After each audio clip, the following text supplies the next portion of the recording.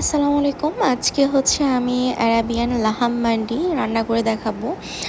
এখানে হচ্ছে যে আপনার একটা খাসির ৩ টা লেগ পিস নেওয়া হয়েছে।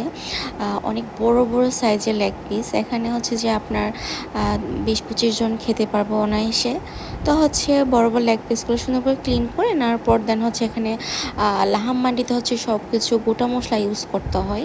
আপনার ওভাবে মানে কম মসলাতে রান্না করতে হয় নরমালি। তারপর তো হচ্ছে এখন টক হচ্ছে দই আমি দিয়ে গোটা ভালো মসলা রকম কিছু মেরিনেশন স্পাইসি করে দিয়ে দিলাম। তারপর হচ্ছে দেন যে হচ্ছে বসাই দিতে কিছু হবে হচ্ছে ভালো যে মতন। আপনার গরম সিদ্ধ মসলা হওয়ার গুঁড়া পর দিয়ে দিলাম। হচ্ছে মাংসটা নামায় লাহাম নিয়ে ওই মান্ডিতে পানিতে যে হচ্ছে এখন জয়ফলটা আপনার আস্ত দিতে হবে। বাসমতি চালটা দিয়ে দেন তাহলে হচ্ছে স্মেলটা রান্না অনেক করতে সুন্দর হবে। আসবে আর কি। রান্না করার পর তো হচ্ছে এটা তার চেয়ে পরিবেশন মেন করতে কথা হচ্ছে হবে। তো পোলাওর ঈদের স্মেল আসার সময় জন্য মূলত গোলাপ হচ্ছে জল, ভিনেগার, কোরবানির খাসি দিয়ে তারপরে এটা হচ্ছে যে বানানো হয়েছে। আপনার আমাদের কেওড়া বাসার জল সবাই দিতে হচ্ছে হবে। এটা অনেক মজা পাইছে।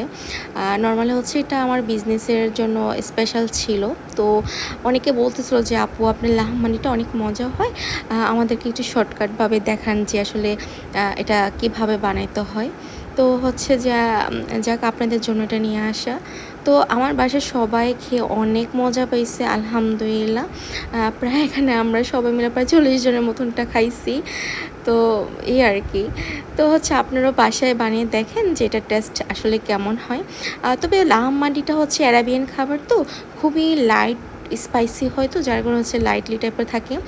অত মানে হাই স্পাইসি থাকে না আর কি। তবে যারা একদম কম মশলায় খাবার খেতে পছন্দ করে তাদের কাছে অবশ্যই এটা খুব ভালো লাগবে।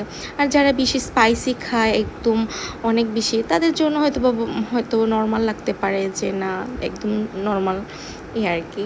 যাই হোক আপনারা ট্রাই করে অবশ্যই জানাবেন এই লাহাম মান্ডিটা।